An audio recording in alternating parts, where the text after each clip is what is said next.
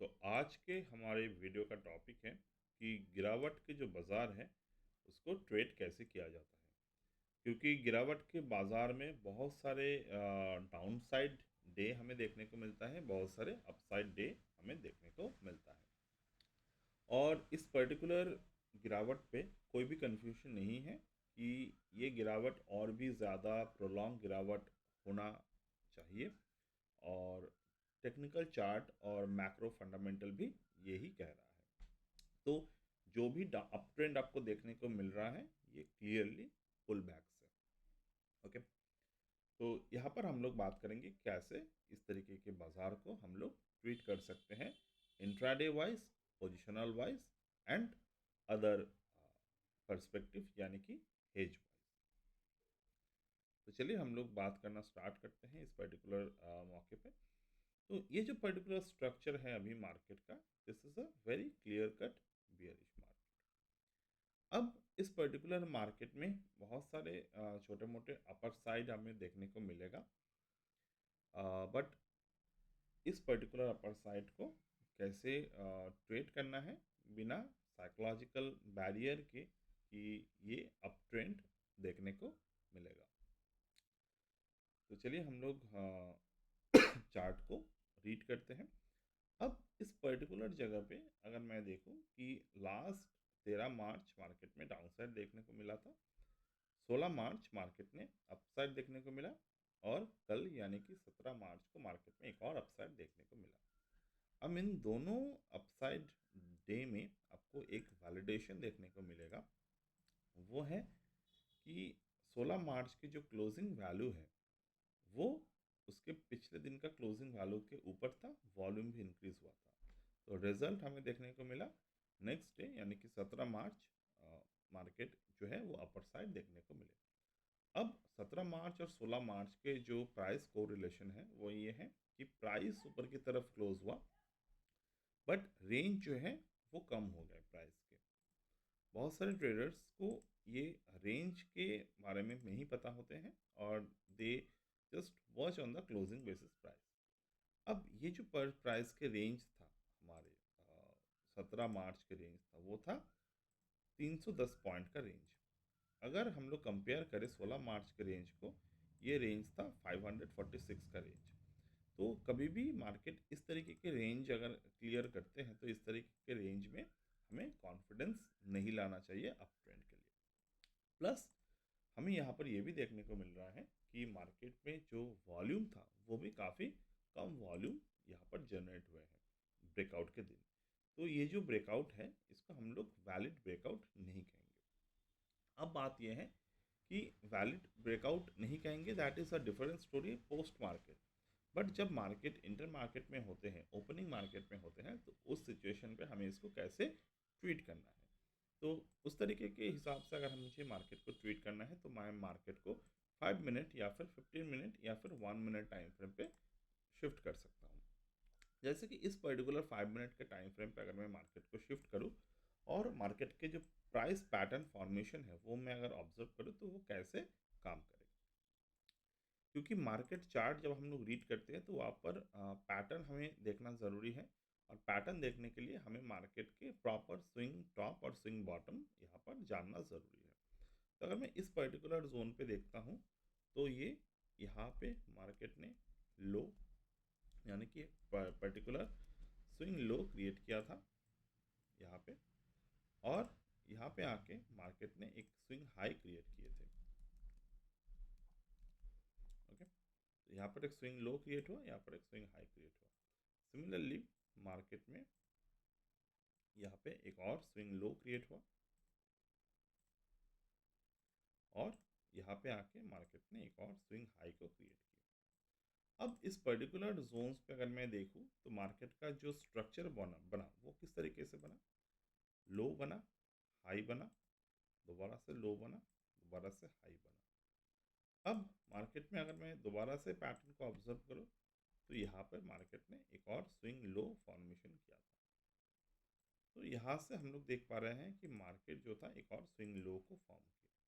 तो यहाँ पर ये जो पैटर्न बना, ये ओवरऑल पैटर्न को हम लोग किस नाम से जानते हैं, ये ओवरऑल पैटर्न जो बने ये बना हेड एंड शोल्डर फॉर्मेशन।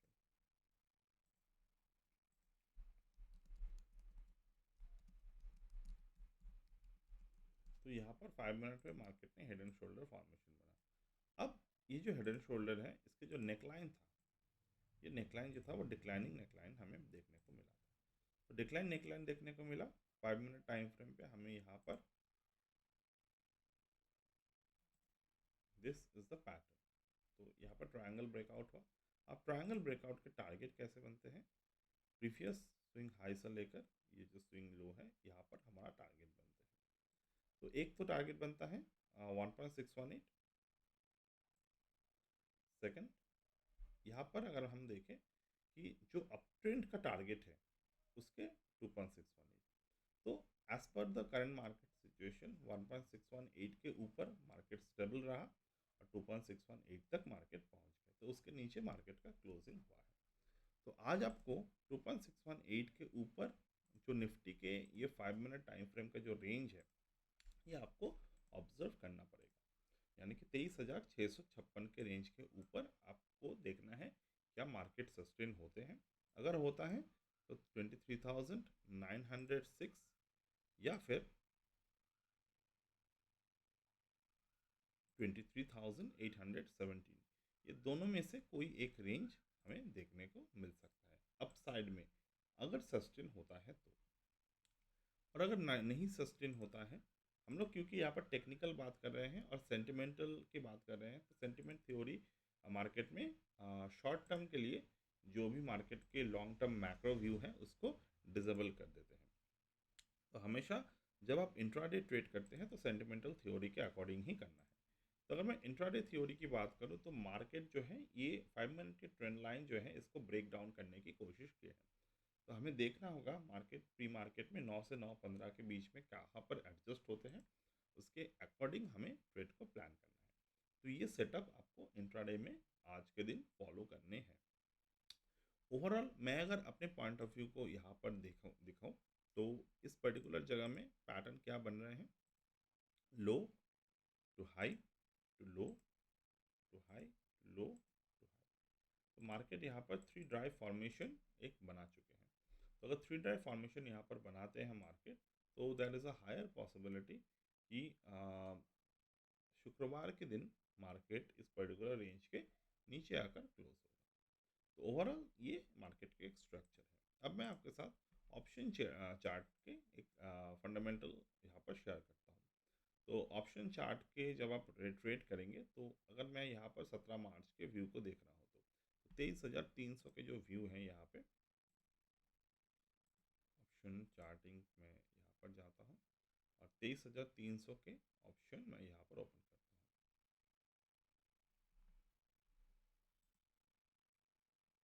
23,300 को अगर मैं 5 मिनट टाइम फ्रेम पे देखूँ तो मुझे क्या ऑब्जर्व करना है? यहाँ पे स्विंग हाई और स्विंग लो मैं यहाँ पर भी ऑब्जर्व करूँगा सिमिलर तरीके से। मैं यहाँ पर स्विंग लो को मार्क कर लेता हूँ, स्विंग हाई को मार्क कर लेता हूँ। तो 17 मार्च मार्केट जब ओपन हुआ तो यहाँ पे 9:25 पे मार्केट फॉर्म था स्विंग लो। अब स्विंग लो फॉर्म हुआ तो स्विंग लो पे क्या आपको डायरेक्ट एंट्री लेना चाहिए? अगर आप डायरेक्ट एंट्री स्विंग लो पे लेना चाहते हैं तो आपको देखना होगा इसके अलावा इसके पास और कौन से लेवल है। तो मैं यहाँ पर देख रहा हूँ कि मंडे के दिन 16 मार्च पे मार्केट के एक और लेवल यहाँ पर प्रेजेंट था। तो अगर ये पर्टिकुलर लेवल प्रेजेंट था और ये स्विंग लो बनाए मार्केट ने, तो जब मार्केट यहाँ से रिट्रेस किए तो हमें प्रीवियस टॉप को एज अ टारगेट लेकर हम लोग चल सकते हैं। जैसे कि यहाँ पर हम लोग देखें प्रीवियस टॉप को हमने एज अ टारगेट तो लेके चला, बट प्रीवियस टॉप के जो रेंज है, रेंज के लो मार्केट ने क्रॉस किए और वहाँ से मार्केट ने रिट्रेस बैक किए। तो यहाँ से ऑलमोस्ट 374 से इस अराउंड पे हम लोग प्रॉफिट्स जो थे वो बुक कर सकते थे। बट इसके सबसे वाइटल पार्ट हुआ कि जब मार्केट ने अपने दिन का जो लो था उसको क्रॉस करने की कोशिश की, बट उस पर्टिकुलर लो को क्रॉस करने के अलावा मार्केट उस लेवल को क्रॉस किए, ऊपर की तरफ गए, थोड़ा और क्रॉस किए, ऊपर की तरफ दोबारा से गए और इस पर्टिकुलर जोन पे मार्केट जो था वो हायर लो फॉर्मेशन को क्रिएट किया।